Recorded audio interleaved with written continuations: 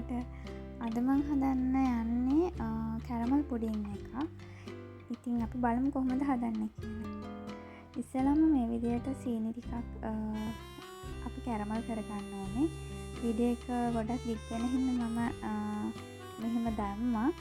මේ තියෙන බාගෙට කැරමල් වෙන ගමන් මේකට මම දාලා තියෙන්නේ පෑන් එකක් අරගෙන ඒකට සීනි කෝප්පයක් දැම්මා.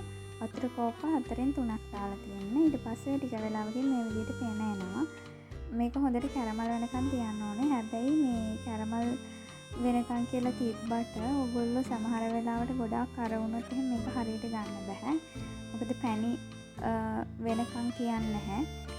ගොඩාක් පැණි වුණාම පැණි කර වෙලා වගේ ඇලෙන ගතියක් එනවා. ඒ නිසා මම පෙන්නන්න. දැන් මේකේ පෙන අඩු වෙලානේ තියෙන්නේ. මෙන්න මේ ගානට වගේ ඇවිල්ලා නිකන් ඇම්බර් කලර් එකට වගේ ආවහම ලිප් ඔෆ් කරලා ටක් ගාලා කැරමල් එක හදන්න අපි ගන්න භාජනයට ඒක දා ගන්න ඕනේ. මම නම් ගන්න ඇලුමිනියම් භාජනයක්. ඉතින් එහෙම වුණොත් හොඳයි. මොකද මේක රත් වෙලා තියෙන හින්දා. දැන් ඔයාලට පේනවානේ මේකේ කලර් එක මෙන්න මේ කලර් එක ඇවිල්ලා තියෙන වෙලාවට දැන් මේකේ පෙනත් අඩුයි. ඉස්සර ගොඩක් වෙන තිබුණානේ. ඒ වෙලාවට අපි බා ගන්න ඕනේ. මේ තියෙන්නේ මම ඒක ඇලුමිනියම් භාජනයකට දාගත්තා. ඊට පස්සේ පොඩ්ඩක් ඒක තුනී කරගන්න. ඊට පස්සේ ඒක පැත්තකින් තියලා අපි වෙනම භාජනයකට බිත්තර 10ක් ගන්නවා. බිත්තර 10ක් මම මේ විදිහට කඩලා පොඩ්ඩක් බීට් කරගෙන තියන්නේ. අපි ඒකට මිල්ක් මේඩ් ටින් එකක් දානවා. ඒ වගේම ඒකට ෆ්‍රෙෂ් මිල්ක් අපි ගත්ත මිල්ක් මේඩ් ටින් එකෙන් එකක් දානවා. මම ඒකටම දැම්මා. දැන් මේකට දාලා තින්නේ බිත්තරයි ෆ්‍රෙෂ් මිල්ක් මිල්ක් මේඩ්. ඔය තුන තමයි දාලා තියෙන්නේ. දැන් මේක හොඳට කවලම් කරගන්න.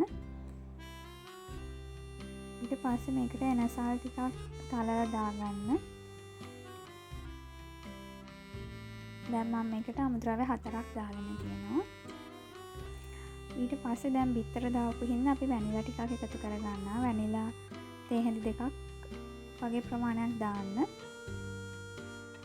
පස්සේ මේ විදිහට කවලම් කරගන්න. ලොකු දෙයක් නෑ. ඔය ಜಾති පහ තමයි මම දැම්මේ.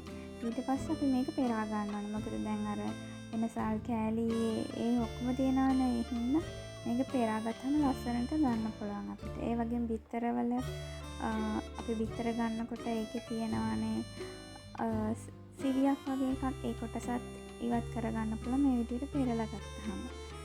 දැන් අපි හදාගත්ත අර භාජනයේටම අපි දැන් අර මුලින්ම අපි කැරමල් එක හදාගත්තනේ. ඒ භාජනයේටම මේ ටික පෙරලා දාගන්නවා. අන්තිමටම තියෙන්නේ මේක ප්‍රෙෂර් කුකර් එකේ විනාඩි 45ක් ස්ටීම් කරගන්න. මේ තියෙන්නේ මම ස්ටීම් කරගත්තන් පස්සේ මේ විදිහට පැණි ටිකත් ඔයාලට පේනවා. එතකොට මේ ඇතුලේ කලර් එක වෙනස්, උඩ කලර් එක වෙනස්. මේ විදිහට තමයි අන්තිමට හම්බ වෙන්නේ. ඉතින් මේක ඇත්තටම රහයි. ගොඩක් රසයි. මේ ඔයගොල්ලොත් හදලා බලන්න අනිවාර්යයෙන්ම. කමෙන්ට් එකකුත් දාන්න කොහොමද කියලා. මම හිතනවා ඔයාලා මේ වීඩියෝ එකට ආස වෙන්නේ නැති කියලා.